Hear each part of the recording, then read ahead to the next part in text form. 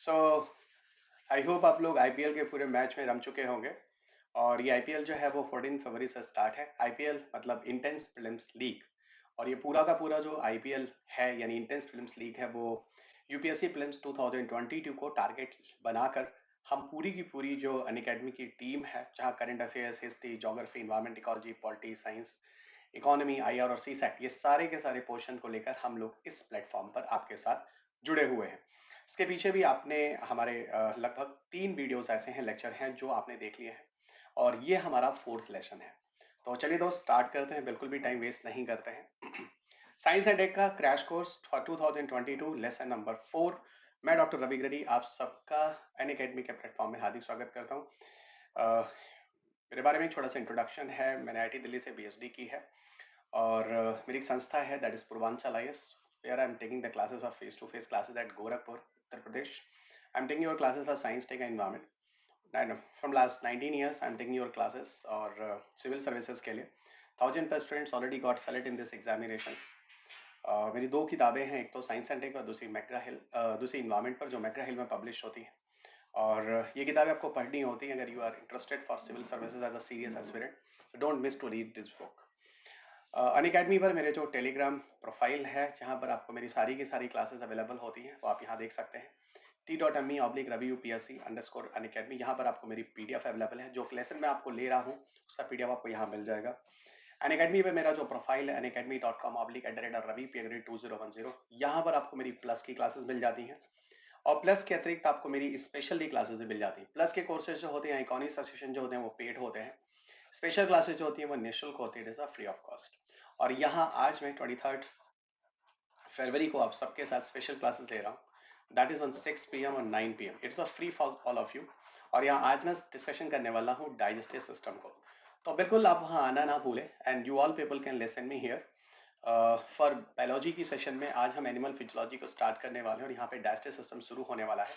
तो आप इस टेलीग्राम ग्रुप पर जाकर उस लिंक को ले सकते हैं और वहाँ मेरे साथ फ्री ऑफ कॉस्ट निःशुल्क बैठ सकते हैं फॉर स्पेशल क्लासेस। मेरा जो कोड है वो रवि यूपीएससी कोड है। कोर्सेज को ज्वाइन करते समय इस कोड को यूज करें, यहाँ पर आपको 10% एक्स्ट्रा डिस्काउंट भी फीस में मिल जाता है। This are best educators for UPSC CSC जो आपको एक ही प्लेटफॉर्म पे अवेलेबल है, दैट इज ऑन अनअकैडमी, जो आपको लाइव सेशन में मिल जाते हैं। मैं आपको साइंस और इन्वायरमेंट की क्लासेस लेता हुआ मिलूंगा, जहां पर 30-35 क्वेश्चन आपके पेपर में इन्हीं 2 सब्जेक्ट से आते हैं। यानी प्रीलिम्स में अगर बात करें तो ये 2 सब्जेक्ट आपके लिए बहुत ही महत्वपूर्ण होते हैं। इवन कॉम्बो सब्सक्रिप्शन है, अगर आप अपने पेमेंट मसीह जो भी है अगर बचाना चाहते हैं तो you have a best options. और 25 फरवरी तक ये कोर्स है, जो ऑप्शंस हैं जो आपको दिए जा रहे हैं। यहाँ पर अगर प्लस कॉम्बो सब्सक्रिप्शन आप लेते हैं तो 5000 डिस्काउंट है, और अगर आइकॉनिक कॉम्बो लेते हैं 10,000 रुपीज़ का डिस्काउंट आपको दिया जाता है। तो don't miss this opportunity guys.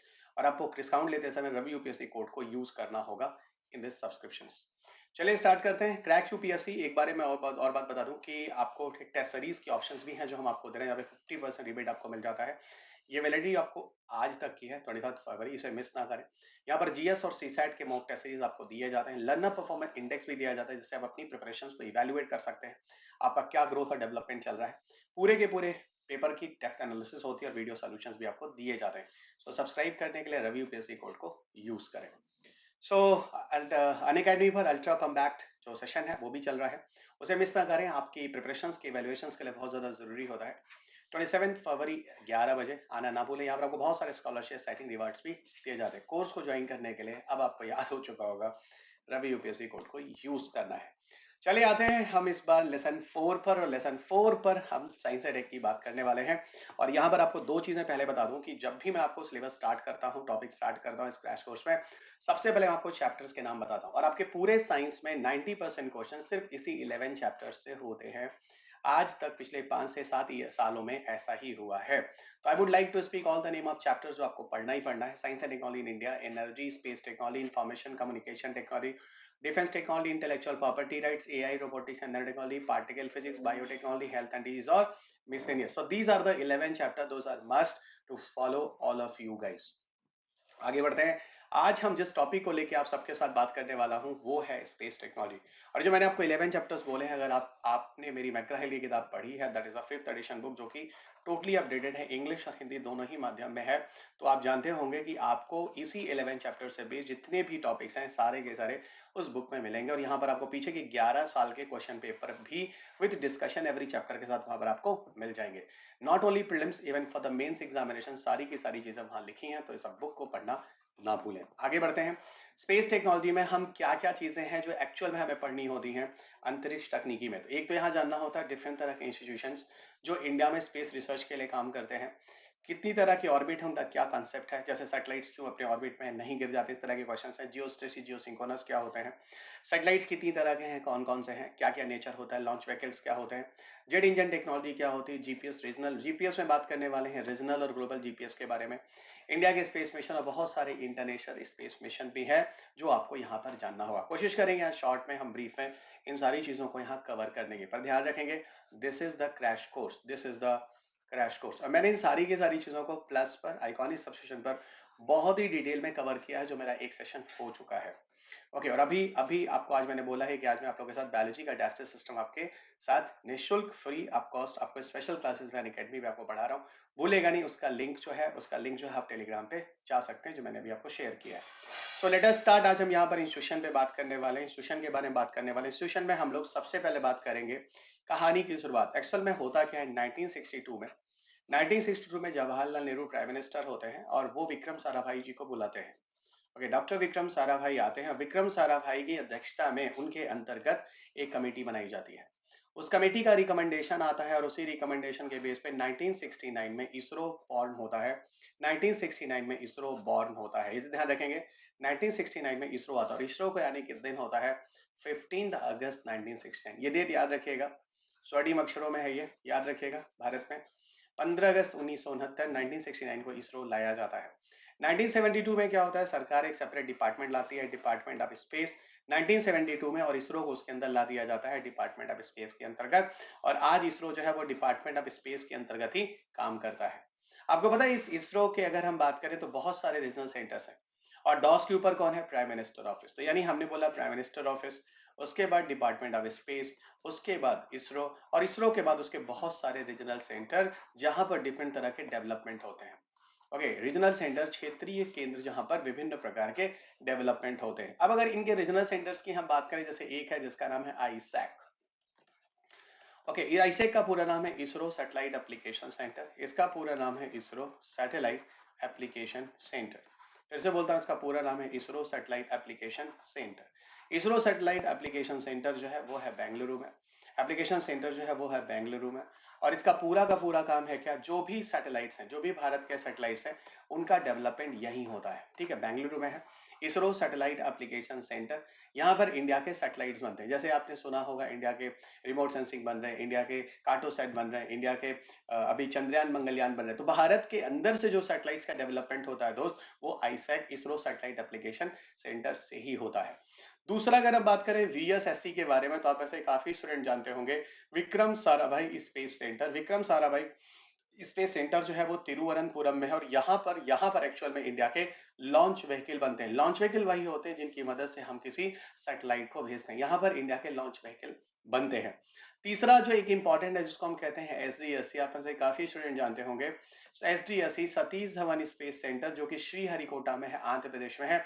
ये वो जगह है जहां से हम अपने उपग्रह भेजते हैं, यानी this is the launching site of India. ये कौन सी जगह है, ये है आपका लॉन्चिंग साइट ऑफ इंडिया।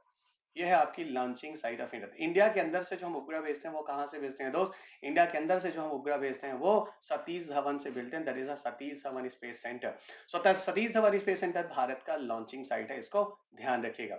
इसके अलावा और भी चीजें हैं, ठीक है, जैसे स्पेस एप्लीकेशन सेंटर है। स्पेस एप्लीकेशन सेंटर आपको कहाँ मिलता है, ये मिलता है आपको अहमदाबाद में। और इसका यूज क्या, जैसे इंडिया में डिफरेंट तरह के प्रोजेक्ट हैं, डेवलपमेंट हैं जो स्पेस रिसर्च से जुड़े हुए हैं, उसके लिए स्पेस एप्लीकेशन सेंटर काम करता है। और भी कुछ रीजनल सेंटर्स है जो मैं आपको बताऊं, जैसे सबसे ज्यादा इंपॉर्टेंट मैं आपको बोलूंगा एलपीएससी बहुत इंपॉर्टेंट है। लिक्विड प्रोपल्शन सिस्टम सेंटर है ना, या लिक्विड प्रोपल्शन सिस्टम सेंटर। इसका एक तो आपको महेंद्रगिरी में मिल जाएगा, तमिलनाडु। ओके, और एक आपको इसका बेंगलुरु में भी इसका सेंटर मिल जाएगा। पता है, ये वो सेंटर है लिक्विड प्रोपल्शन सिस्टम सेंटर जो एक्चुअल में क्या करता है, जो प्रोपेलेंट होते हैं ना, प्रोपेलेंट प्रोपेलेंट वही जिसकी मदद से हम क्या करते हैं, किसी किसी उपग्रह को या किसी मिसाइल को ऊपर ले जाते हैं। ओके, वो प्रोपेलेंट एनर्जी के जो सोर्सेस होते हैं वो यहीं पर बनाए जाते हैं लिक्विड नेचर का। सबसे खूबसूरत इंपॉर्टेंस आपको मैं एलपीएससी के बारे में बताऊं, भारत का जो क्रायोजेनिक इंजन है, आपको आगे बताऊंगा क्रायोजेनिक इंजन, वो क्रायोजेनिक इंजन एक्चुअल में क्रायोजेनिक इंजन वो कहीं और नहीं, इसी एलपीएससी में ही बनता है। तो इंडिया का जो क्रायोजेनिक इंजन है वो कहां बनता है, इंडिया का जो क्रायोजेनिक इंजन है वो एलपीएससी में बनता है, लिक्विड प्रोपल्शन सिस्टम सेंटर। इस चीज का ध्यान रखेंगे। ठीक है, एक और चीज है, जैसे आपको बताऊं, master control facility, MCF, master control facility क्या है, इसके दो सेंटर है। एक तो आपको मिल जाएगा भोपाल में, जो कि सेंटर में बनाया गया है, भोपाल देश के सेंटर में आता है, भोपाल यानी मध्य प्रदेश, एवरीबॉडी नो। और दूसरा एक जगह है जिसको हम कहते हैं हसन, HASSAN, क्या बोलते हैं, हसन, HASSAN। ये जो हसन है ये आपको मिलता है कर्नाटका में। ठीक है, तो जो साउथ के एरिया में पूरे जो इनसेट सीरीज सैटेलाइट्स होते हैं, इनसेट या जियो स्टेशनरी सैटेलाइट जिसे आप कहते हैं, इनसेट या जीसैट जो सैटेलाइट्स होते हैं, एक्चुअल में उनको उनको पूरा इनसेट या जीसैट सीरीज सैटेलाइट को उनको पूरा यही मास्टर कंट्रोल फैसिलिटी से ही रेगुलेट किया जाता है। ओके, और एक एक तो आपको देखो सेंटर ऑफ इंडिया में बनाएगा भोपाल, और दूसरा साउथ इंडिया में बनाएगा जिसका नाम हसन है। और यही दो जगहों से पूरा का पूरा कोऑर्डिनेशन और रेगुलेशन कराया जाता है। तो ये चीज ध्यान रखेंगे। ये कुछ रीजनल सेंटर्स एक बार फिर से मैं बोल देता हूँ।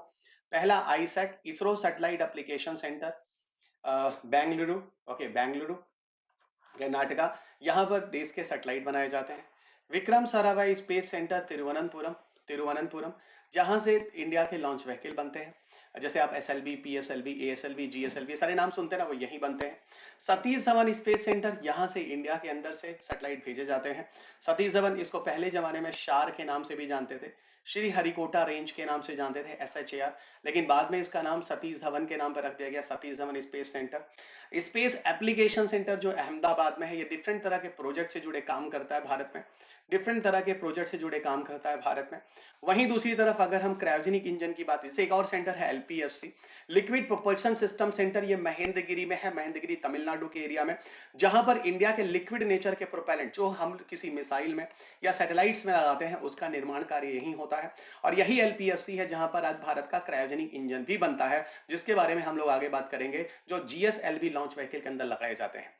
एक और सेंटर है जिसका नाम है master control facility, master control facility MCF, एक भोपाल में है जो कि मध्य प्रदेश आता है, और दूसरा हसन है जो कि कर्नाटका आता है।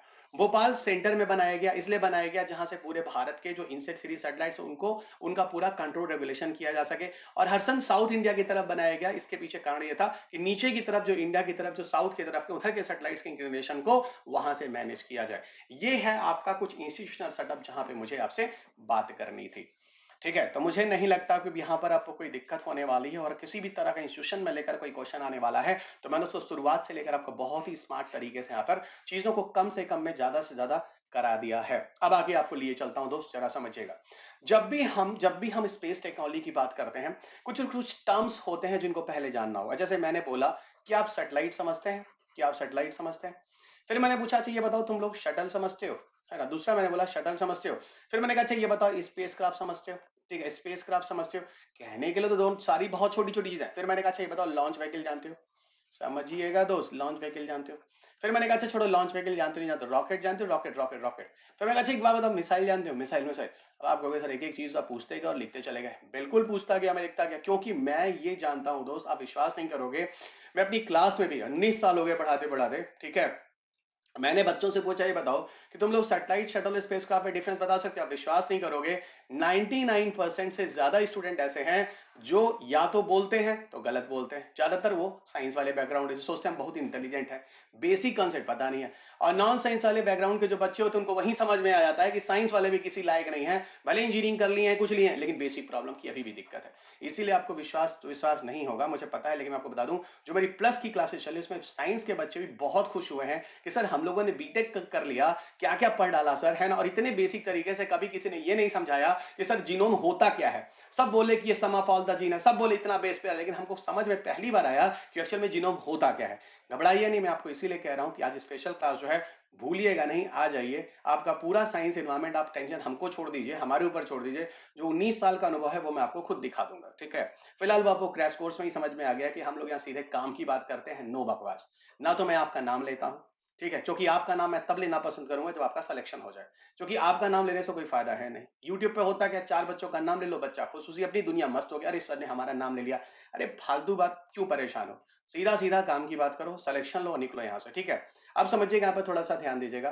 पहले हम लोग बात करेंगे satellite, shuttle, spacecraft, launch vehicle, rocket और मिसाइल्स। इन सारी चीजों पे हम लोग यहाँ पे बात करने वाले हैं, ठीक है। Satellite, shuttle, spacecraft, launch vehicle, rocket और मिसाइल्स। देखिए, सबसे पहले यहाँ पर अगर आप शुरू करते हैं तो कहानी शुरू कीजिए स्पेसक्राफ्ट से, सुनिएगा।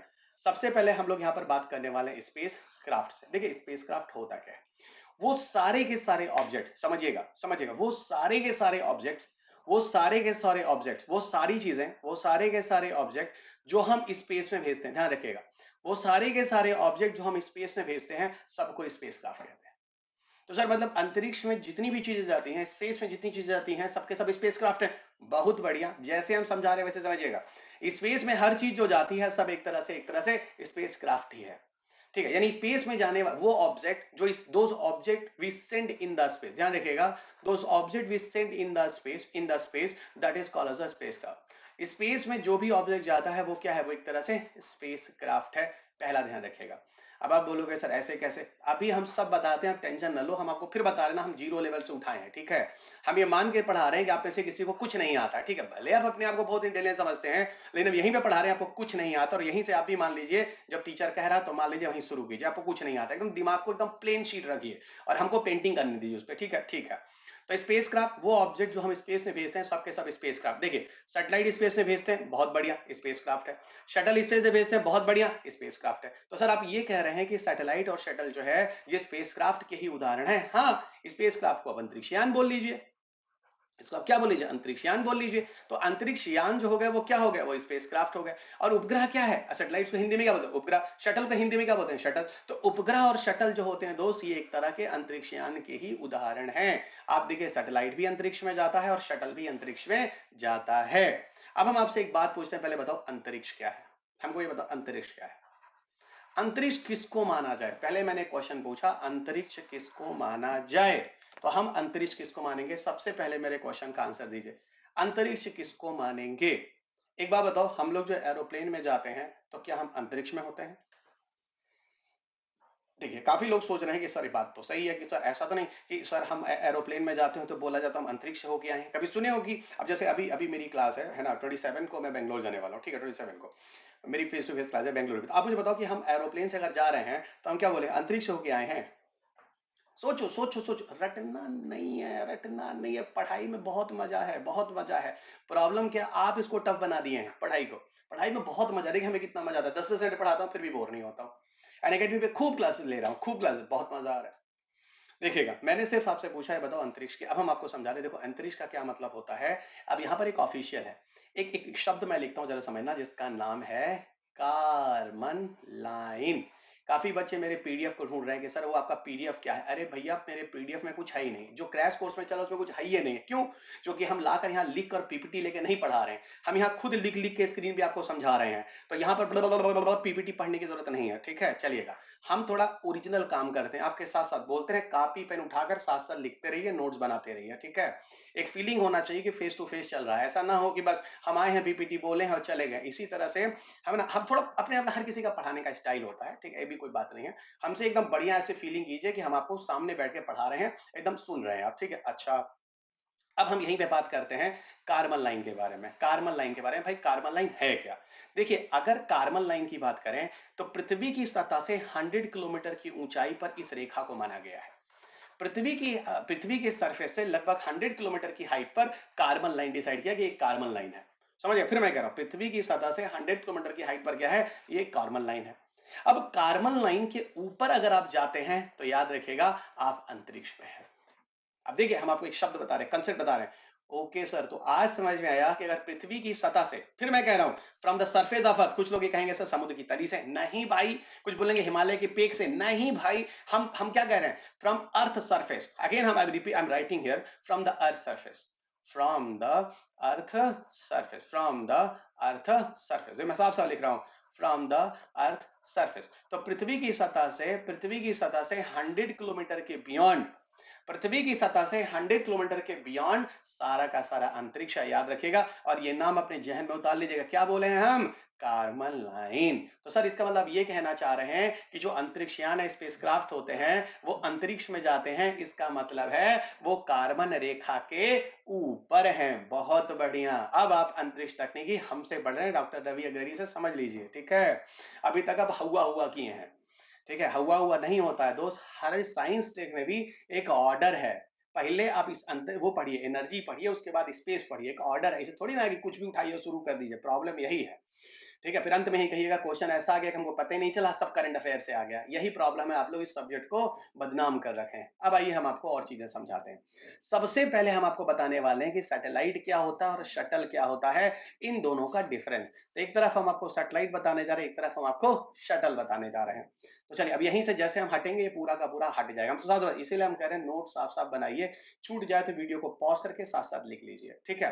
अब हट रहा हूं, ये सब कुछ हट जाएगा, हम फिर बता रहे हैं, देखिए हट गया, ये देखिए, अब ये देखिए फिर लौटे, फिर कुछ है ही नहीं। अब हम आपको यहाँ समझा रहे हैं, एक तरफ हम लिख रहे हैं प्रभु, है ना, हम आपको बता रहे हैं स्पेस का। देखिए स्पेस का समझिएगा, हम क्या आपको समझाने की कोशिश कर रहे हैं। एक तरफ लिखा हमने स्पेस का, इधर लिखा हमने क्या है, सैटेलाइट। इधर क्या लिखा, सैटेलाइट। इधर क्या लिखा, इधर हमने लिखा शटल। इधर हमने क्या लिखा, शटल। इधर हमने लिखा शटल। तो एक तरफ आ गया सैटेलाइट और दूसरी तरफ आ गया शटल। देखो दोनों के दोनों जाते हैं स्पेस में, कोई दिक्कत नहीं है। दोनों के दोनों कहाँ जाते हैं, स्पेस में जाते हैं, वेरी गुड। ये भी स्पेस में जाता है, ये भी स्पेस में जाता है, कोई दिक्कत नहीं, बहुत बढ़िया। अब सुनिएगा, सैटेलाइट जो होता है, सबसे पहले बता दूं, इस सैटेलाइट कहाँ जाता है, सैटेलाइट किसी ऑर्बिट में भेजा जाता है। We launch satellite within a certain orbit, हम सैटेलाइट को किसी कक्षा में भेजते हैं। फिर सुनिएगा, सैटेलाइट किसी कक्षा के रिस्पेक्ट में, मतलब सैटेलाइट जब भी बात की जाती है तो किसी ऑर्बिट के रिस्पेक्ट में बात की जाती है, समझिएगा। और ऑर्बिट क्या होता है, orbit, we people always do the study of satellite in the respect of orbit. यही मैं बोल रहा हूं कि जब भी हम किसी उपग्रह की स्टडी करते हैं तो कक्षा के संदर्भ में किया जाता है, ठीक है। ऑर्बिट क्या होता है, ऑर्बिट का मतलब होता है अट्रैक्शन। जैसे हम समझा रहे हैं ऐसे समझिएगा, बहुत ही बेसिक तरीके से। ऑर्बिट का मतलब होता है अट्रैक्शन, अट्रैक्शन का मतलब होता है आकर्षण। अगर मैं पूछूं ये बताओ कोई सैटेलाइट का अट्रैक्शन क्या है, तो सब बिल्कुल सर, सैटेलाइट अर्थ के रिस्पेक्ट में भेजा जाता है, और अर्थ का जो रिस्पेक्ट होता है वो अर्थ की ग्रेविटी होती है। इसका मतलब सैटेलाइट का अट्रैक्शन मतलब सैटेलाइट का मतलब अर्थ की ग्रेविटी से लिया जा रहा है, ठीक है, समझिएगा एक चीज को। तो सर इसका मतलब ये कह रहे हैं कि किसी सैटेलाइट को हम अर्थ की ग्रेविटी के रिस्पेक्ट में बात करते हैं, बहुत सही। अर्थ की अट्रैक्शन के रिस्पेक्ट में बात करते हैं, बहुत सही। असल में हम जिस सैटेलाइट की बात करें वो नेचुरल सैटेलाइट नहीं है दोस्त, हम वो आर्टिफिशियल सैटेलाइट की बात कर रहे हैं, है ना। जैसे तुम्हारा रिमोट सेंसिंग सैटेलाइट गया दोस्त, तुम लोग का इनसेट जी सीरीज सैटेलाइट गया दोस्त, हम उसकी बात कर रहे हैं, हम उन चीजों की बात कर रहे हैं यहाँ सैटेलाइट्स में, ध्यान रखिएगा, ठीक है। हम उन चीजों की बात कर रहे हैं सैटेलाइट्स में। तो वही बात मैं कह रहा हूं कि जो ऑर्बिट है, ऑर्बिट का मतलब अट्रैक्शन, अट्रैक्शन मतलब ग्रेविटी, तो सैटेलाइट किसी ना किसी ऑर्बिट के रेफरेंस में भेजा जाता है। अब देखिए, सैटेलाइट उस ऑर्बिट में जहां तक अर्थ का अट्रैक्शन होता है वहां तक भेजा गया, अर्थ की ग्रेविटी के अंदर, उसको कहते हैं इनर ऑर्बिट। इनर ऑर्बिट क्या होते हैं, इनर ऑर्बिट वो ऑर्बिट होते हैं जहां हम किसी सैटेलाइट को अर्थ के अट्रैक्शन के अंदर भेजते हैं, ठीक है, यानी अर्थ की ग्रेविटी के अंदर भेजते हैं। और दूसरा होता है जिसको हम कहते हैं आउटर ऑर्बिट। आउटर ऑर्बिट का मतलब यहां पर जो सैटेलाइट है अर्थ के अट्रैक्शन के बाहर चला गया है। अर्थ का अट्रैक्शन कहां तक होता है आपको पता होना चाहिए, अप टू 36,000 किलोमीटर डिस्टेंस, यानी पृथ्वी की सतह से लगभग 36,000 किलोमीटर तक की दूरी जो होती है वो इनर ऑर्बिट होता है। और जैसे आप 36,000 किलोमीटर के बाहर निकल जाते हैं, आप समझ जाइए आप पृथ्वी के आउटर ऑर्बिट में जा चुके हैं। कहां जा चुके हैं, पृथ्वी के आउटर ऑर्बिट में। तो अगर सैटेलाइट आप पृथ्वी के इनर ऑर्बिट में रखते हैं, यानी 36,000 किलोमीटर तक रखते हैं, और अगर पृथ्वी के बाहर ले जाते हैं 36,000 किलोमीटर, सुनो दोनों जगह ले जाते हैं, आपको हम यही क्लियर करते हैं। जो सैटेलाइट आप पृथ्वी के लिए काम कराना है, यानी हमारे अर्थ पर, हमारे भारत के लिए, अमेरिका के लिए, रशिया के लिए, उनके लिए ले जाना है, उसको हम इनर ऑर्बिट कहते हैं। और अगर हम 36,000 किलोमीटर के बाहर ले जा रहे हैं, ठीक है, तो वो आउटर ऑर्बिट, जैसे चंद्रयान पर ले जा रहे हैं, जैसे मंगलयान पे ले जा रहे हैं। याद रखिएगा, चंद्रयान मंगलयान भी एक तरह के सैटेलाइट हैं, लेकिन ये जो सैटेलाइट है दोस्त, ये आउटर ऑर्बिट वाले सैटेलाइट हैं, ध्यान रखिएगा, ठीक है, एकदम समझ में आ गया होगा, ठीक है। तो जो इसका मतलब सर आप ये कह रहे हैं, ऐसा स्पेसक्राफ्ट या ऐसा सैटेलाइट जो जो इनर ऑर्बिट में है, आउटर ऑर्बिट में है, इनर ऑर्बिट में वही है जो जो हम लोग इनसेट, जीसैट और ये रिमोट सेंसिंग वाला जो सारा सारा सुनते हैं, जो भारत के लिए काम करता है, बहुत सही, वो इनसेट। और जो बाहर कक्षा के बाहर चला गया और जाके चंद्रमा और मंगल की स्टडी करके आया, तो वो हो जाएगा तुम लोग का आउटर ऑर्बिट वाला। एकदम समझ में आना चाहिए, ठीक है। हर किसी का हाँ जवाब चाहिए हमको, चैटिंग में खटखट हाँ हाँ लिखते जाइए, हम सबको देख रहे हैं, ठीक है। और सुनेगा। अब देखो फिर वही कह रहा है, आप में से काफी लोग सोच रहे हैं सर हमारा नाम नहीं ले रहा है, फिर फालतू बात। अरे पहचान आप अपना खुद बनाइए, सिलेक्शन लीजिए, हम सब लगाएंगे, यानी अकेडमी पे पूरा फोटो लगाएंगे, अकेडमी आपका इंटरव्यू लेंगे, और पहला दूसरा तीसरा हो गया तो पहली फ्लाइट से आपके घर आएंगे, ठीक है। हाँ, हम भी डांस करेंगे, आपका रीजनल जो भी डांस होगा आप भी कीजिएगा, ठीक है, मिलजुल के। भाई खुशी की बात होती है ना, मेरा बच्चा सेलेक्ट होता है, क्या आप सेलेक्ट हुए, मेरा बच्चा सेलेक्ट होता है, हमारी खुशी की नहीं होती है, मम्मी पापा नहीं खुश होते हैं, मोहल्ला खुश नहीं होता है, शहर खुश नहीं होता हमारे शहर का बच्चा टॉपर किया है। तो वही बात, इधर आइए।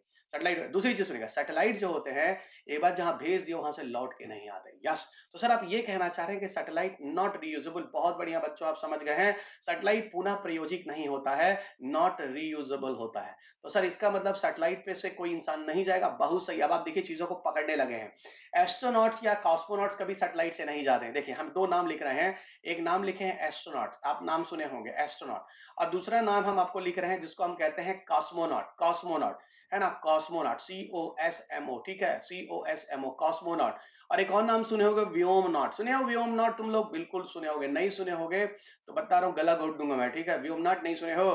अरे भाई ये भारत ने ये शब्द दिया है, मतलब भारतीय वाला शब्द तुम लोग जन्म नहीं करोगे। तीनों का मतलब होता है अंतरिक्ष यात्री। फिर सुनिएगा, तीनों का अर्थ होता है अंतरिक्ष यात्री। एस्ट्रोनॉट जो होता है वो दुनिया में हर कोई यूज करता है इस अंग्रेजी भाषा को, कॉस्मोनॉट सिर्फ रशियन यूज करते हैं। व्योमनॉट भारत ने भी अपना एक शब्द इजाद किया है जिसको कहते हैं व्योमनॉट। क्या है ये तीनों के तीनों एक ही चीज है, अलग अलग कंट्री में अलग तरह के शब्दों का प्रयोग किया जाता है, ठीक है। हम ये कह रहे हैं नॉट रीयूजेबल है, अगर सैटेलाइट तो पक्का उसे एस्ट्रोनॉट, कॉस्मोनॉट, व्योमनॉट नहीं जाते होंगे। काहे कि वो लौट के इवे नहीं करेगा, लौट के इवे नहीं करेगा तो ये लोग वहां टंगने जाएंगे, कैसे लौटेंगे भाई, ठीक है। इसका मतलब इससे इससे एस्ट्रोनॉट नहीं भेजे जाते। बहुत बढ़िया, ठीक, ये सारी चीज समझ में आ गई। सैटेलाइट क्या है, देखिए अब सैटेलाइट आपको यहाँ तक काफी हद तक समझ में आने लगा है, ठीक है। वहीं सैटेलाइट जो होता है, सब शटल के बारे में बताऊं, ये ऐसा स्पेसक्राफ्ट है जो अंतरिक्ष में जाता है लेकिन लौट के भी आ सकता है। इसका मतलब जो शटल होता है वो रीयूजेबल होता है, पहला और सबसे पहली बात, पुनः लौट के आता। अच्छा, तो सर आप ये कहना चाह रहे हैं जो गगनयान है वो ऐसा स्पेसक्राफ्ट है जो शटल वाला है। बहुत सही जा रहे हो दोस्त, बहुत सही, एकदम सही तुम लोग समझ गए हो। वो एक तरह का रीयूजेबल वाला है, वो एक तरह का शटल है, एकदम ठीक है, वो एक रीयूजेबल है। दूसरा पता है, आप एस्ट्रोनॉट्स, कॉस्मोनॉट को इससे ले जाइए, इससे ले जाइए। इसका मतलब हम इसमें लाइफ सपोर्ट सिस्टम लगा सकते हैं, बहुत सही, इसमें हम लोग लाइफ सपोर्ट सिस्टम लगा सकते हैं, आप एकदम सही जा रहे हैं। इसमें हम लोग लाइफ सपोर्ट सिस्टम लगा सकते हैं, ध्यान रखिएगा, इसमें हम लोग लाइफ सपोर्ट सिस्टम लगा सकते हैं। This is the another point जिसको ध्यान रखिएगा, ठीक है, लाइफ सपोर्ट सिस्टम लगा सकते हैं, this is the another point, ठीक है। यहां पर हम लोग लाइफ सपोर्ट सिस्टम को लगा सकते हैं, ठीक है। तीसरी चीज आपको बताऊं कि ठीक है, एस्ट्रोनॉट, कॉस्मोनॉट जा रहा, मान लो हमको ऊपर एक बहुत बड़ा स्पेस स्टेशन बनाना है, समझिएगा जो हम कह रहे हैं, स्पेस स्टेशन बनाना है, ठीक है, स्पेस स्टेशन बनाते हैं। ये बताओ स्पेस स्टेशन क्या कैसे बनाया जाएगा, आपको आगे हम बताएंगे स्पेस स्टेशन के बारे में। इंडियन स्पेस स्टेशन पे आपके पेपर में 2020 के मेंस में क्वेश्चन आ चुका है, जो भारत का अपना है ना, 2020 के मेंस के पेपर में क्वेश्चन आ चुका है भारत का अपना जो स्पेस स्टेशन है उसके बारे में, ठीक है, जो 20 टन के आसपास हम लोग बनाने वाले हैं, आगे हम लोग बात करेंगे। तो रीयूजेबल लाइफ सपोर्ट सिस्टम होता है। स्पेस स्टेशन अगर बनाना चाहते हैं, स्पेस स्टेशन अभी हम तुम लोगों को एक हिंट दिए है, 20-20 टन का होता है, 20-20 हजार किलो का होता है, जो अभी भारत का है, भारत का तो फिर भी छोटा है, सोचो उससे ज्यादा भार के होते हैं। उतना बड़ा भार एक साथ ऊपर कैसे जाएगा, नहीं जा पाएगा। तो क्या होता है आपको बताएं, यही जो शटल होते हैं सब छोटा छोटा मॉड्यूल कर लेते हैं, बड़े वाले पार्ट को छोटे छोटे टुकड़ों में कर लेते हैं, एक टुकड़ा ले जाते हैं ऊपर लगाते हैं, फिर आते हैं सब लौट के, दूसरा टुकड़ा ले जाते हैं ऊपर पहले वाले टुकड़े साथ जोड़ देते हैं, असेंबल्ड कर देते हैं। ऐसे कर करके आके जाके टुकड़ा ले जाके उसको मॉड्यूल बोलते हैं, ले जाके ऊपर असेंबल्ड करके स्पेस स्टेशन तैयार कर देते हैं। सर एकदम हम समझ गए कि अगर स्पेस स्टेशन बनाना है तो हमको शटल टाइप की चीजें चाहिए, बहुत सही। और आपको बताइए, बताओ सैटेलाइट और शटल ये दोनों चीजें हैं क्या, सैटेलाइट और शटल ये सारे के सारे क्या, ये सारे के सारे जो है वो स्पेस क्राफ्ट है, ठीक है, सारे के सारे स्पेस क्राफ्ट है, ठीक है बच्चों। अच्छा, ये भी समझ में आ गया। लाइफ सपोर्ट सिस्टम होता है, बहुत सही, पता है, जो अंतरिक्ष यात्री होते हैं अंतरिक्ष में जाते हैं और स्पेस वॉक करते हैं, समझ लो, अंतरिक्ष में जाते हैं स्पेस वॉक भी करते हैं, हाँ हाँ, अंतरिक्ष में चलते वलते भी हैं सब। और स्पेस वॉक जो होता है, ये बता दें, जो अंतरिक्ष यात्री स्पेस वॉक करते हैं, इसके लिए एक टेक्नोलॉजी है, इसके लिए एक टेक्नोलॉजी है जिसका नाम है EVA, जिसका नाम क्या है, जिसका नाम है ईवीए दोस्त। ठीक है, हम थोड़ा आप लोगों को समझाते हैं। Extra vehicular activity, extra vehicular activity, जिसको हम लोग कहते हैं ईवीए के नाम से। क्या बोलते हैं, ईवीए के नाम से, एक्स्ट्रा वेहिकुलर एक्टिविटी के नाम से। ये एक्स्ट्रा वेहिकुलर एक्टिविटी क्या होती है भाई, ये एक्स्ट्रा वेहिकुलर एक्टिविटी वो एक्टिविटी है जिसकी मदद से एस्ट्रोनॉट शटल से बाहर निकलकर अपनी एक्टिविटी, अपना एक्सपेरिमेंट करता है। ठीक है, ईवीए समझ में आ गया। ईवीए वो एक्टिविटी है जिससे जैसे जो एस्ट्रोनॉट होता है वो शटल से बाहर निकलकर अपनी पूरी एक्टिविटी करता है। ठीक है, ईवीए।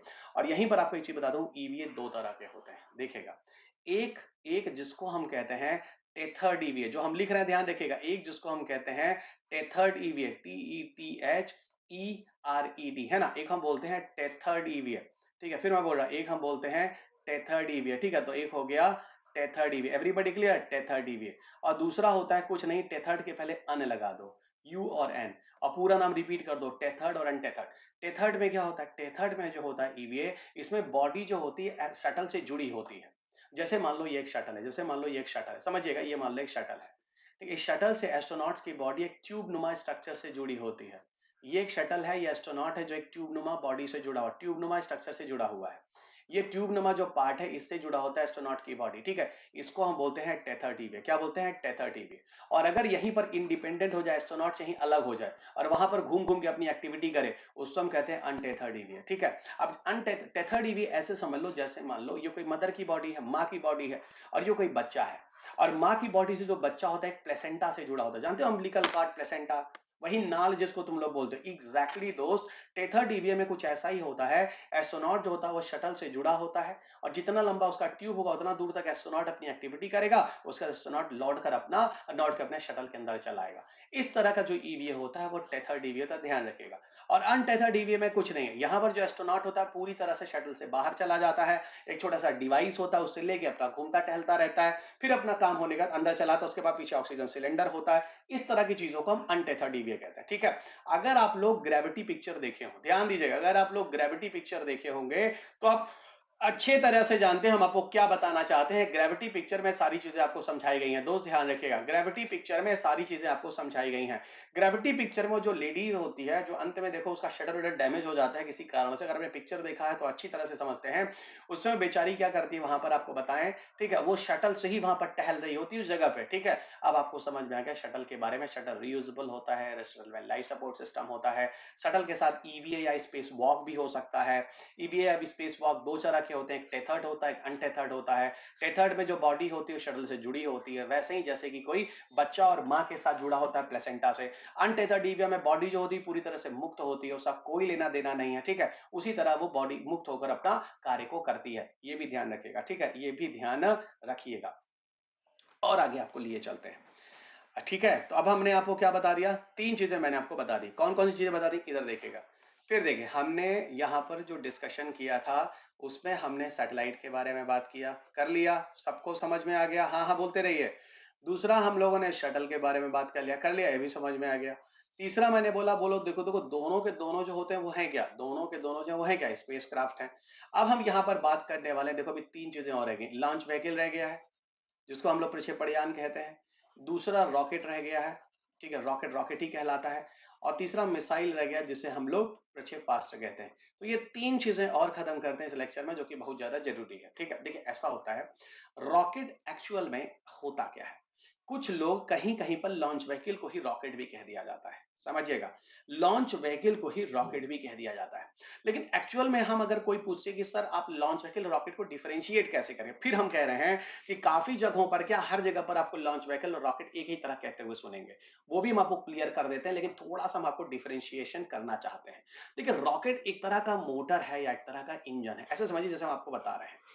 रॉकेट एक तरह का मोटर है, एक तरह का इंजन है, समझिएगा। इसी मोटर या इंजन का बार बार परीक्षण होता है, टेस्टिंग होती है। इसी मोटर या इंजन को एक्चुअल में जो रॉकेट होता है, प्रोपेलेंट टेक्नोलॉजी होती है, मोटर इंजन टाइप की चीजें होती हैं, उन्हीं चीजों का टेस्ट करने के बाद हम लोग या तो उसको लॉन्च व्हीकल में लगाते हैं और या तो फिर मिसाइल में लगाते हैं, समझिएगा। अगर हम उसी मोटर इंजन की टेस्टिंग करने के बाद लॉन्च व्हीकल में लगावें और मिसाइल में लगावें, तो आपको पता होना चाहिए मिसाइल की मदद से क्या, मिसाइल के अंदर इंजन रॉकेट है, और मिसाइल के अंदर ही हम लोग क्या ले जाते हैं, मिसाइल के अंदर हम लोग ले जाते हैं दोस्तों गोला बारूद। गोला बारूद जिसको हम लोग अंग्रेजी भाषा में कहते हैं वॉरहेड्स। यानी सीधा मतलब है कि ये इसका उपयोग जो होगा वो डिस्ट्रक्टिव पर्पस के लिए होगा, जान माल के लिए होगा, है ना, मिसाइल्स का। लेकिन वही अगर रॉकेट टाइप की चीजें लॉन्च व्हीकल के साथ होती हैं, तो वही लॉन्च व्हीकल प्रक्षेपण कहते हैं इसको, उसकी मदद से हम लोग अंतरिक्ष यान को ले जाते हैं। याद रखिएगा, लॉन्च व्हीकल को एक्चुअल में हम प्रक्षेपण कहते हैं, ध्यान रखिएगा, इसको हम प्रक्षेपण कहते हैं, और उसकी मदद से हम लोग स्पेस क्राफ्ट यानी अंतरिक्ष यान को ले जाते हैं। ध्यान रखिएगा, इससे हम लोग अंतरिक्ष यान को ले जाते हैं। अब अंतरिक्ष यान क्या हो सकते हैं, ये स्पेसक्राफ्ट या तो सैटेलाइट हो सकते हैं या तो शटल हो सकते हैं। अरे सर, आज समझ में आ गया बहुत क्लियर से कि लॉन्च व्हीकल ही जो है वो सैटेलाइट और शटल को ले जाते हैं। हाँ, मैं आपको बार बार कहता हूं, सैटेलाइट और शटल आप लोग अपने आप को मान लीजिए, जितने भी एस्पिरेंट मुझे सुन रहे हैं, आप लोग अपने आप को मान लीजिए आप लोग कौन है, आप लोग अपने आप को मान लीजिए आप लोग सैटेलाइट और शटल हैं, ठीक है। और हम जितने भी आईपीएल पे आपके जो टीचर हैं, आपकी क्लास ले रहे हैं, हम सब अध्यापक जो आपको अनअकैडमी पे पढ़ा रहे हैं, हम सब टीचर्स आपके लॉन्च व्हीकल, यही आप देख लीजिए, हम सारे के सारे टीचर आपके लॉन्च व्हीकल हैं, और आप सारे के सारे स्टूडेंट जो हैं वो सैटेलाइट या शटल हैं। देखिए, एक तरफ आपकी क्वालिटी होनी चाहिए, सैटेलाइट और शटल की गुणवत्ता, ठीक है, और दूसरी तरफ आपके टीचर की क्वालिटी होनी चाहिए। तो वही हम आपको बता रहे हैं कि अब हम लोग लॉन्च व्हीकल यानी टीचर की क्वालिटी की बात कर रहे हैं। वो लॉन्च व्हीकल है जिसकी मदद से आपकी नैया पार होती है। जिंदगी में आप देखिए, आपके मम्मी पापा हमेशा अच्छा लॉन्च व्हीकल ढूंढे, भैया अच्छा स्कूल मिल जाए, भैया अच्छा कॉलेज मिल जाए, भैया अच्छा टीचर मिल जाए, और वही चीज आपको अनअकैडमी यहाँ दे रहा है, आपको फिर बता रहे हैं। हम ये मत कहिएगा सर आप अपनी पढ़ाई कर रहे हैं, लेकिन हम अपनी क्यों कर रहे हैं, हम तो सारे टीचरों की बात कर रहे हैं ना। सारे के सारे टीचर स्टूडेंट के लिए क्या है, लॉन्च व्हीकल है, स्टूडेंट टीचरों के लिए क्या, सैटेलाइट है, शटल है। बहुत बढ़िया, देखिएगा, समझ में आ गया। अब यही लॉन्च व्हीकल आपका क्या होता है, यही लॉन्च व्हीकल आपका कंस्ट्रक्टिव यूज होता है, निर्माणकारी चीजें में होता है, कंस्ट्रक्टिव यूज होता है, इसमें जान माल का कोई नुकसान है नहीं। और वहीं पर निर्माणकारी हो गया, और वहीं पर मिसाइल लगा लिए तो भैया और डिस्ट्रक्टिव हो गया, आपके जान माल का नुकसान हो गया, ये आपका डिस्ट्रक्टिव यूज हो गया। तो कंस्ट्रक्टिव और डिस्ट्रक्टिव मैंने आपको दोनों चीजों को यहाँ समझा दिया। मैं कहना क्या चाहता हूँ, मेरे ख्याल से आप अच्छे तरीके से समझ चुके हैं। ये हो गया कंस्ट्रक्टिव यूज, निर्माणकारी, और ये हो गया विध्वंसकारी जिसको हम कहते हैं डिस्ट्रक्टिव यूज, और ये हो गया कंस्ट्रक्टिव और डिस्ट्रक्टिव के बेस से मैंने आपको पूरा कंसेप्ट समझा दिया। ठीक है, अब हमें नहीं लगता है कि आप में से किसी भी स्टूडेंट को यहाँ पर किसी भी तरह की कोई दिक्कत होनी चाहिए। ठीक है, यहां पर मैंने आपको क्या क्या समझा दिया, इधर आएगा। अब देखिए, इस पूरे लेक्चर में मैंने आपको क्या बोला था, क्या क्या जानना है।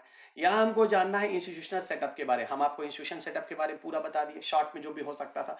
दूसरा, हमने आपको यहाँ पर बहुत सारी टर्मिनोलॉजी होती है, जिन टर्म्स को लेकर हम लोग बहुत सारा कंफ्यूजन होता है, मैंने आपको वो टर्म भी समझा दिया, वो टर्म कौन कौन से हैं।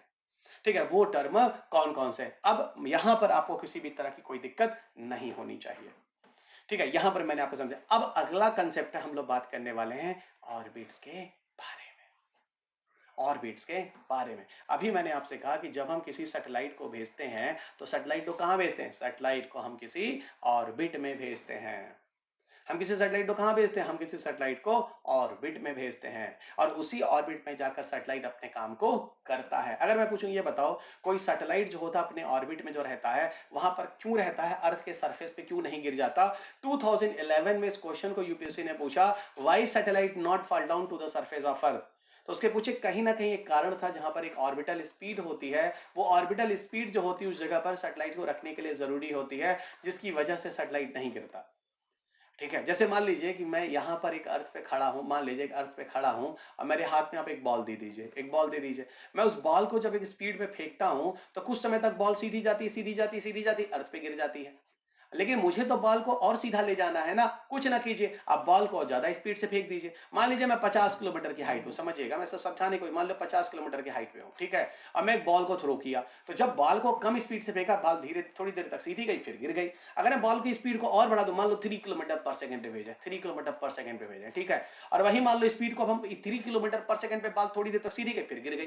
तो अब इसको सीधा ले जाना तो क्या करें, आप में से काफी स्टूडेंट आंसर को समझ चुके होंगे, सर थोड़ा और तेज से ले जाओ, चलो हम इसको 5 से ले जा रहे हैं, 5 किलोमीटर पर सेकंड से थोड़ी और गया, और फिर गिर गया। अब क्या किया जाए, अब तुम बोलोगे सर ऐसा करो, थोड़ा और स्पीड से ले जाओ, क्योंकि 3 से इतनी दूर सीधा चल गिर गया, 5 से इतनी दूर तक सीधा चल गया। अगर हम इसको 7.9 से भेज दें, तो 50 किलोमीटर की हाइट पर हम किसी बॉल को 7.9 किलोमीटर पर सेकंड की स्पीड से फेंके फेंके फेंके फेंके फेंके फेंके फेंके फेंके फेंके, ये देखो, अरे तेरे की बाल तो गिरा ही नहीं। अगर हम 7.9 किलोमीटर पर सेकंड की स्पीड से फेंक रहे हैं, तो बाल तो गिरा ही नहीं। और यही क्वेश्चन आपके यूपीएससी पूछ रहा है कि भैया कोई उपग्रह जो है, कोई सैटेलाइट सैटेलाइट जो है अपने ऑर्बिट में है, काहे नहीं गिर जाता है। इस सब को आपको सिर्फ थियरी जानना है। ऑर्बिटल स्पीड कहीं-कहीं पर इसको लोग एक्सेलरेशन भी लिखे हैं।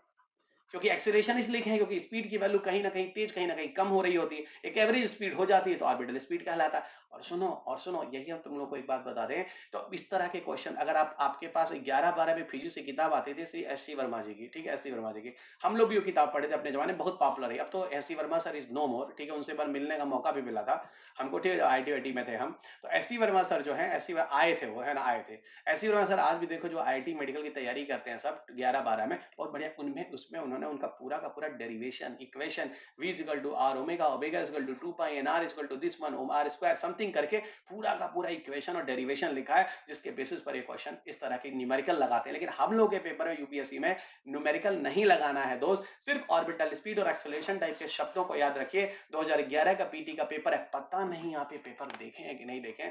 सबसे बड़ी प्रॉब्लम यूपीएससी में है कि आधी जनता तो पेपर ही नहीं देखी है, बस वो पढ़ रही है, ठीक है। इसीलिए इस क्रैश कोर्स में सबसे ज्यादा फायदा क्या हो रहा है, मुझे काफी बच्चे पर्सनली मैसेज कर रहे हैं टेलीग्राम ग्रुप पे मुझे कि सर लिटरली मतलब हमको ये समझ में आया, इतने साल हो गए, 4 साल से तैयारी करते करते बस हम साइंस टेक पढ़ रहे थे, अब जाके हमको समझ में आया कि साइंस टेक को ऑर्गेनाइज कैसे करना है, ठीक है।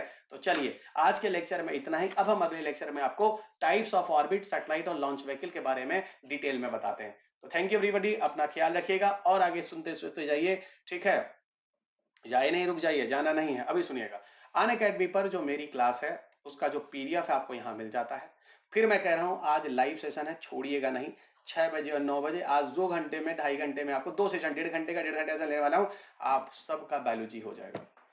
यहीं पर स्पेशल में कर लीजिए, आप सबको फायदा मिलने वाला। और आपको पता है ना 2021 में आपके पेपर में जनरल साइंस में बायोलॉजी और फिजिक्स केमिस्ट्री से भी 2-2 3-3 क्वेश्चन रहे हैं, ठीक है। और मेरा जो क्लास होता है वो हमेशा करंट अपडेट से जोड़कर होता है, इस समय क्या चल रहा है एग्जाम में, ठीक है। तो t.me/रवि यूपीएससी अंडरस्कोर अनअकैडमी यहाँ से ले लीजिए। अनअकैडमी पर मेरा जो प्रोफाइल है unacademy.com/रवि पर यहाँ मेरा प्रोफाइल है, जहां पर आपको मैं कह रहा हूँ आइए, स्पेशल क्लास यहीं पर उपलब्ध है, छोड़िएगा नहीं। अनअकैडमी का यहाँ पर मैंने उसका लिंक आपको शेयर कर दिया है। रवि यूपीएससी मेरा कोड है, कोर्स को ज्वाइन करते समय इस लिंक को जरूर यूज कीजिएगा। आइकॉनिक सब्सक्रिप्शन अनअकैडमी पर है, जो सबसे बेहतरीन सब्सक्रिप्शन आपको बता दूं, क्योंकि यहाँ पर आपको एक मेंटरशिप मिल जाती है। असल में क्या होता है हम आपको बताते हैं, काफी स्टूडेंट ऐसे हैं जिनके घर में कोई बताने वाला नहीं, हम भी उसी तरह के घर से आए भाई, हम आपको साफ साफ बताते हैं, ठीक है। और यहाँ पर होता क्या है कि न पिताजी न माताजी उस तरह के लोग नहीं है हमारे घर में, हमारे भाई बहन उस तरह के नहीं है, आस पड़ोस में भी ऐसे लोग हैं नहीं। तो यहाँ पर आपको एक क्या होता है, क्योंकि अब भाई हम लोग के पिताजी लोग कहाँ ज्यादा पढ़े लिखे थे उस जमाने में, ठीक है। लेकिन चलिए अब आजकल के तो फिर भी आप लोग देखिए, माँ बाप है, हम लोग आज के पढ़े लिखे ज्यादा मिल जाएंगे, लेकिन वो लोग ज्यादा समझदार हैं, ध्यान रखिएगा, ज्यादा समझदार है, ठीक है ना। जीवन का जो तजुर्बा उनके पास है, चलिए, है ना। अब यही में मेंटरशिप आपको मिल जाती है, बढ़िया ट्यूटर मिल जाएगा, आपको गाइड करना मिल जाएगा, क्वेश्चन आंसर प्रैक्टिस हो जाएगी, आपकी पूरी स्टडी प्लानिंग हो जाएगी, ओपन हाउस एजुकेटर के साथ आप मिलकर आराम से डिस्कशन कर सकते हैं। मतलब iconic is the best one. और प्लस और आइकॉनिक सब्सक्रिप्शन अगर आपको लेना है तो ये आपके प्राइसेस लिखे गए हैं, इनमें से आप कोई भी कोर्स ले लीजिए। फिर मैं आपको बोलूंगा आइकॉनिक सब्सक्रिप्शन जिंदाबाद, यहाँ पर आपको अच्छा खासा छूट भी मिल जाएगा। इस समय जो आप चल रहा है रवि यूपीएससी कोड पर 10% और एक्स्ट्रा मिल जाएगा। और इसमें आपको ट्यूटर वाला जो हम तुमको बोले हैं दोस्त, बहुत बढ़िया चीज है, उसको मिस ना कीजिए। और एक चीज और, अनअकैडमी पर सिर्फ आपको जनरल स्टडीज में ही नहीं, अवन अगर आपको ऑप्शनल के भी कोर्सेज, बहुत सारे ऑप्शनल कोर्सेज भी आपको दिए जा रहे हैं, है ना, इसमें भी आपको रवि यूपीएससी कोड को यूज करेंगे तो आपको 10% डिस्काउंट यहाँ पे भी मिल जाता है। सबसे बेहतरीन चीज जो अनअकैडमी पे आपको दिया जाता है, अगर जैसे कोविड में काफी लोगों के साथ फाइनेंशियल क्रंच रहा है, हम ये समझ सकते हैं, तो अनअकैडमी आपको 0% इंटरेस्ट रेट पे, नो प्रोसेसिंग फी के साथ भी आपको कोर्सेज देता है। प्रॉपर आप पढ़िए बस, ठीक है, आप पढ़िए बस, ठीक है। अनअकैडमी पर आपको लाइव मेंटरशिप प्रोग्राम दिया जाता है, कमाल का प्रोग्राम है लाइव मेंटरशिप प्रोग्राम, जहां पर आप अपने सेशन को बुक करके एक्सपर्ट के साथ अपने डाउट्स जो है वो क्लियर कर सकते हैं। 1-to-1 इंटरेक्शन होता है, सारे के सारे डाउट्स आपके साथ क्लियर करने की कोशिश की जाती है। इस स्लॉट को पहले ही बुक कर दें। कोई भी पर्सनलाइज गाइडेंस या किसी तरह की चीज चाहिए, कोशिश भी की जाती है आपको पहले बुक कर लीजिए, तो लैंग्वेजेस में भी आपके रीजनल लैंग्वेज में कोशिश की जाती है आपके साथ डिस्कशन करने का। अब देखिए अनअकैडमी पर आपको इवैल्यूएशन के लिए, अपनी प्रिपरेशन को देखने के लिए स्कोर बूस्टर टेस्ट सीरीज है, ज्वाइन कीजिएगा, 22 के लिए चल रहा है। इसे पूरा का पूरा एक प्रिपरेशन रोड मैप आपको दिया जाता है, 15 मिनट में 15 प्रश्न लेकर आप लोगों के साथ हम लोग आते हैं, 5 दिन 5 सब्जेक्ट के साथ, मंडे टू फ्राइडे 10 बजे, भूलिएगा नहीं। पूरा एमसीक्यू बेस होता है, पूरा यूपीएससी सिलेबस कवर किया जा रहा है, डिटेल एक्सप्लेनेशन दिया जाता है हर क्वेश्चन का। और यहाँ पर क्वेश्चन पेपर को इस हिसाब से बनाया जाता है, यूपीएससी में कुछ फैक्ट के साथ कंसेप्ट को जोड़ा जाता है, तो पूरा एक प्रॉपर एक बैलेंस ऑफ क्वेश्चन जो होता है यूपीएससी की डिमांड के हिसाब से यहाँ पर आपके साथ होता है। इसके अलावा सब्जेक्ट के इस अनुसार, अगर सब्जेक्ट को छोड़िए तो कुछ हिंदू और सीसैट आप लोगों के लिए उतना ही इंपॉर्टेंट है करंट्स के लिए, और सीसैट के बिना आप क्वालिफाई करेंगे नहीं। तो उस पे भी जो सर लोग हैं आप लोगों को अलग अलग दिन अलग अलग टाइम पर आप लोग को कोर्स देते हैं, 15 से 15 क्वेश्चन। इस टेस्ट सीरीज को भी आप जुड़े रहिए। टेस्ट सीरीज आपको हिंदी और अंग्रेजी दोनों ही माध्यमों में है। अंत में आपको बता दूं, साइंस टेक और एनवायरमेंट दोनों के कोर्सेज हैं जिसके लिए आप मेरे साथ जुड़ सकते हैं। 21 दिसंबर से आपका साइंस टेक का कोर्स था, जो एक सेशन खत्म हो चुका है। अगला सेशन जो है वो मार्च 10 तारीख से स्टार्ट हो रहा है, 10th मार्च से, जो कि इन्वायरमेंट का सेशन है। तो इसको ज्वाइन करना मत भूलेगा। प्लस पे आइकॉनिक सेशन पे ये पूरी की पूरी क्लासेस आपको दी जा रही है। साइंस एनवायरमेंट बार बार मैं आपको बोल रहा हूँ, फिर बोल रहा हूँ, 30 से 35 क्वेश्चन इस सब्जेक्ट से होते हैं, आप इसे अवॉइड नहीं कर सकते हैं। और ये दोनों के सब दोनों सब्जेक्ट बहुत डायनेमिक है। बच्चे मुझसे पढ़कर काफी क्वेश्चन पीछे करते रहे, आप भी कर लेंगे। और मेरी किताब जो है आपको फिर बता रहा हूँ, मैकग्रा हिल पे आती है, उसको जरूर पढ़िए, उसको छोड़ना नहीं है। यूपीएससी सीएससी का अगला जो बैच है वो 23 फरवरी से स्टार्ट है, ठीक है। इसको मिस ना कीजिए। और 23 फरवरी का मतलब होता है मित्र आज का दिन, तो इसे मिस ना कीजिए। यहाँ पर आपको अच्छा खासा प्रिपरेशन हो जाए। तो 2022 और 23 के लिए आपका बैच जो है यहाँ पर उपलब्ध है। यहाँ पर प्रीलिम्स का बूस्टर बैच मिल जाता है, और हिंदी का भी 2023 के लिए आपको बैच मिल जाता है। 22 का पीटी इंग्लिश बैच है, और 23 का जो है वो हिंदी बैच में आपको पूर्ण तैयारी हो जाती है। अगर आपको किसी भी तरह का कोई डाउट है और हमारे काउंसलर से आप जुड़ना चाहते हैं, किसी भी तरह की प्रिपरेशन में दिक्कत आती है, सब्सक्रिप्शन लेने में कोई दिक्कत आता है, या लेटेस्ट ऑफर को जानना है, तो आप दिए गए नंबर पर संपर्क कर सकते हैं। मेरा नंबर है 7825860259। आप इस पे जुड़ सकते हैं, और कभी भी जब भी कोई कॉल करें, रवि यूपीएससी कोड को यूज करें, जिससे आपके सॉल्यूशंस को, और यहाँ पर मैं भी आपके साथ जुड़ सकता हूं दोस्त, ये भी ध्यान रखिएगा। अंत में चलते चलते इस चैनल को सब्सक्राइब करना ना भूलें, इस वीडियो को लाइक और शेयर करना ना भूलें, और पीडीएफ के लिए जो मैंने आपको टेलीग्राम ग्रुप दिया है वहां जाके ले लें। अगले लेक्चर में हम लोग यहीं पर बात करने वाले हैं ऑर्बिट्स के कंसेप्ट पर, और सैटेलाइट्स को लेकर मैं आपके साथ डिस्कशन करने वाला हूं। तो धन्यवाद दोस्त, अगले लेक्चर में आपके साथ फिर मुलाकात होगी। तब तक अपना ख्याल रखें, स्वस्थ रहें, खुश रहें और मस्त रहें। जय हिंद।